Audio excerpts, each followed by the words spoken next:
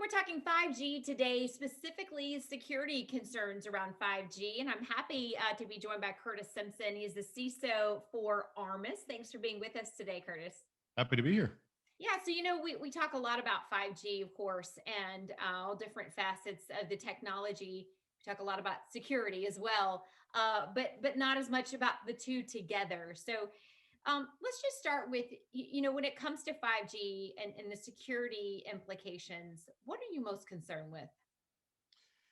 Uh, there's actually a lot of concerns here. I Yeah. would say just to bubble up a few of them, we're moving from a centrally managed hardware-based type of network that's managed or built and managed by telecom providers to a software-based network that is both owned and by providers as well as companies. So we're actually going to see private 5G networks interacting with public 5G networks. But here's the rub, not for benign use cases. So with the speed that 5G is going to deliver, it's no secret that around the world we're rapidly developing and initiating the rollout of smart cities at a very large scale. And this is just the beginning. We will reach a point where a smart city ultimately could be described as a ton of different smart devices or IoT devices delivering critical services and quality of life services, all running over 5G networks. On top of that, we're going to have private 5G networks that are built by businesses and used to maintain all sorts of internal operations, critical functions in remote areas of the world, et cetera. The challenge when you look at the latter in particular is that security practitioners are struggling with the complexity of their current environments. They haven't even got their hands or heads around the multitude of IoT devices, the risks around those devices, the attacks occurring against critical OT devices. Now, those businesses are standing up private 5G networks with unique devices they hadn't yet seen before on networks they've never been responsible for managing. And these networks will be interacting with other public networks. In addition to that, many of the exposures that existed in 3G and 4G networks still exist in 5G networks, providing the ability to track users, to trigger alerts on a mass level to different devices. We haven't seen a lot of exploitation of these things in the past. There wasn't necessarily a reason to. But when you look at the use cases around what will be running on 5G networks, a lot of concerns there now. Yeah, and as many, because obviously you could probably talk for hours about the concerns and what people need to know. But on the flip side of that, the solution is so many layers to that too. What needs to happen? What type of collaboration needs to be involved here? Because 5G is here, it's moving in, and smart cities are rapidly evolving. I mean, this stuff is all happening so quickly. It is, and we've got to be intelligent about it. And really, if we look at what we have to do, the reality of, or the base factor is that security needs to be at the foundation of both private and public 5G networks. And as we think about private 5G networks, we've got to have the talent, the skill sets, the experience to actually build these networks responsibly, safely, and we have to take the time to do it. This isn't like when we started migrating to the cloud, where we just do it, we just move key workloads, key capabilities into the cloud, and then we get back around to securing those clouds so that we can protect those key workloads and services and solutions effectively. We can't do what we've historically done. We always build the secure or the business value first and then secure later. The reality cannot be true here. If it's true here, we will pay the price because we won't have the resources required to securely build out these networks, securely manage these networks, monitor these networks, understand when things are potentially going malicious versus still acting normally. And these will be running critical functions both within our businesses and as we think about smart cities, we're actually now talking about the potential disruption of human lives, both quality of life and actually impacting life such that people could die if we're not building security into the base, which also means that we can't inherently take IoT devices that we might introduce at home today and equally introduce within a business and then just drop those into 5G networks that are powering smart cities or key business capabilities. The challenge is those devices were not built with security in mind. We have to build the networks and the devices with security in mind, which means we've got to collaborate with manufacturers. We've got to have those right talents that are building out these networks, enabling those devices, configuring those devices with partnerships with those manufacturers. Security has to be everywhere, always, and from the very beginning.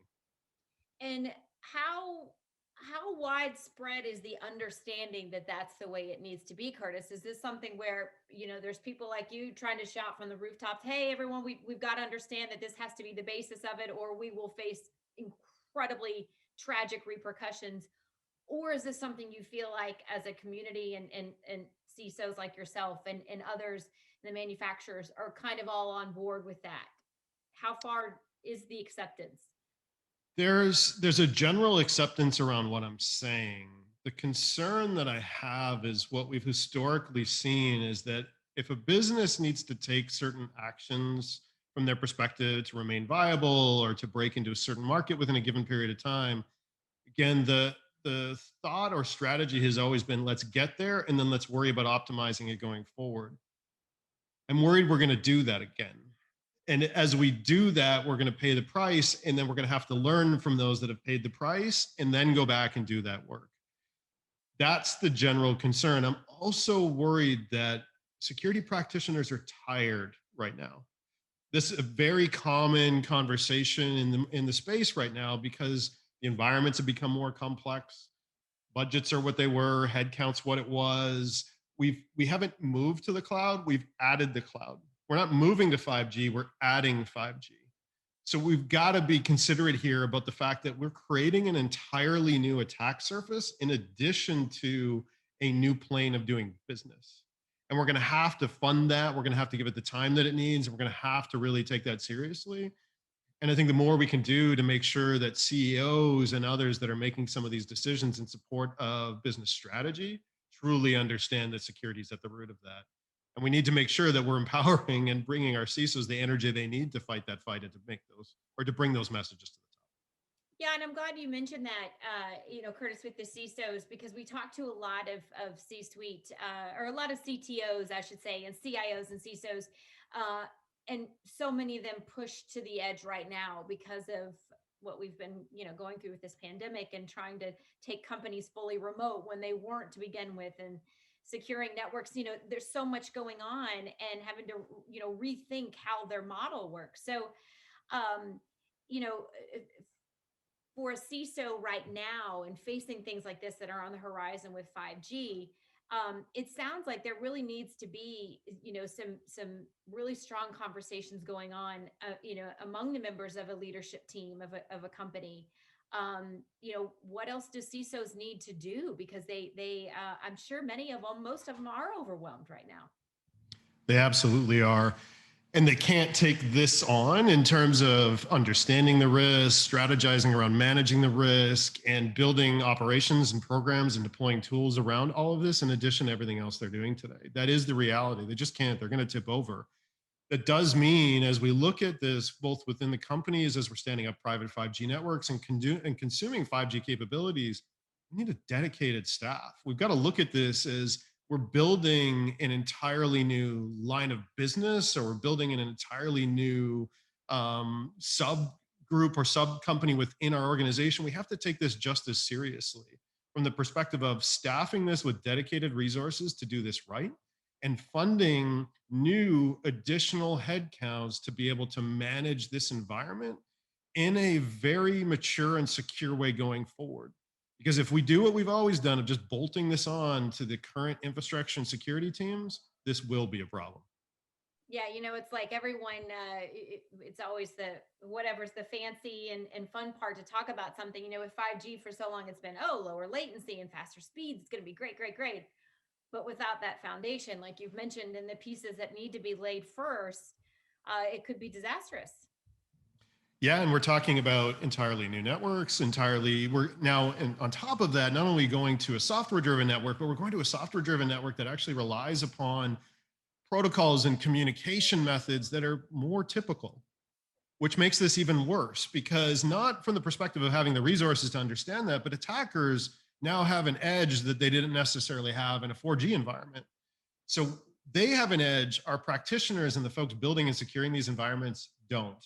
They're behind, which is why I say we very much have to focus on this as a program and stand this up and fund this as a program with security as the very beginning of that foundation. Excellent. All right. Well, Curtis Simpson, CISO for Armis, I certainly appreciate you being here with me today. Again, it's a conversation we could have right for hours or days, really, when it comes to either of those things, cybersecurity or 5G. Very much so, particularly on the cybersecurity space. I could talk for days. Yeah, I'm certain of that. All So right. thanks for having me. Certainly, we wish you the best, and we appreciate all of you being here with us today for much more on 5G, cybersecurity, and what you need to know. Make sure you stick with Tech Republic. Thanks for watching.